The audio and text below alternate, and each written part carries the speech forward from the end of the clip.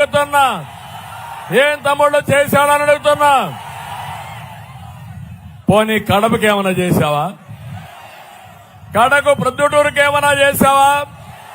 పులివెందలకి ఏమైనా చేశావా? వచ్చావు కదా మొన్న 2 సార్లు స్టీల్ ఫ్యాక్టరీకి శంకుస్థాపన వేశావు కదా. అదే నేనుంటే శంకుస్థాపన కాదు, ఇనాగరేషన్ చేసేవాడిని స్టీల్ ఫ్యాక్టరీకి. అది నా బ్రాండ్, ఇది జగన్మోహన్ రెడ్డి బ్రాండ్.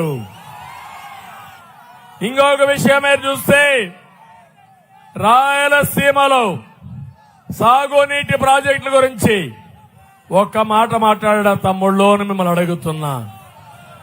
ఈ విషయమే నేను మాట్లాడతాను. రాయలసీమలో సాగునీరిస్తే బ్రహ్మాండంగా అభివృద్ధి అవుతారు.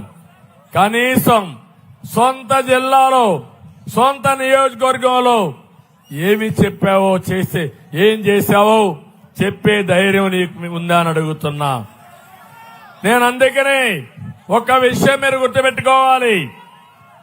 జగన్కు సీమ అంటే హింసా రాజకీయాలు, హత్యా రాజకీయాలు, పెత్తందారి పోకడలు, సహజ వనరుల దోపిడీ, దాడులు, తప్పుడు కేసులు.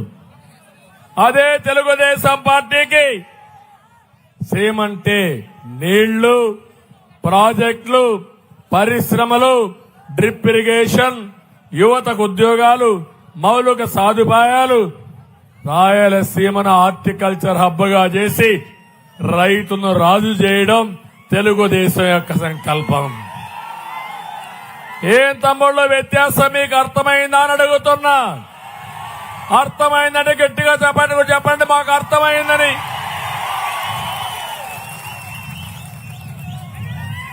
ఇప్పుడు అంటున్నారు జగన్ రెడ్డి, నిన్ను గెలిపించిన పులివెందల ప్రజలు సైతం ఇక నిన్ను నమ్మం అంటున్నారు.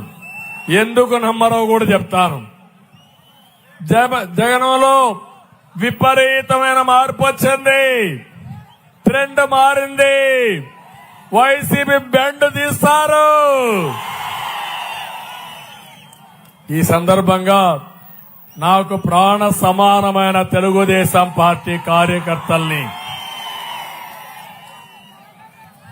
42 సంవత్సరాలకు తెలుగుదేశం పార్టీ జెండా మోశారు, భుజాలు అరిగిపోయినాయి, దాడులు చేశారు.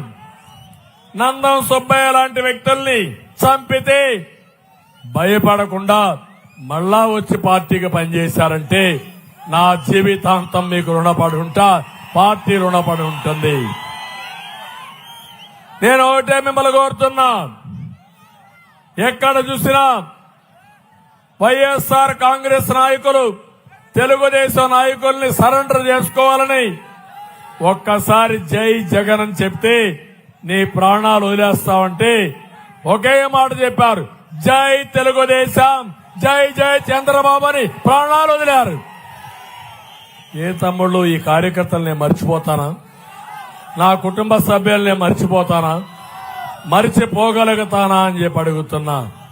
కానీ మీరందరూ కూడా బానిసల్లా బ్రతికే కంటే రొమ్ము విరిచి నిలబడ్డారు. ఏం చేస్తారో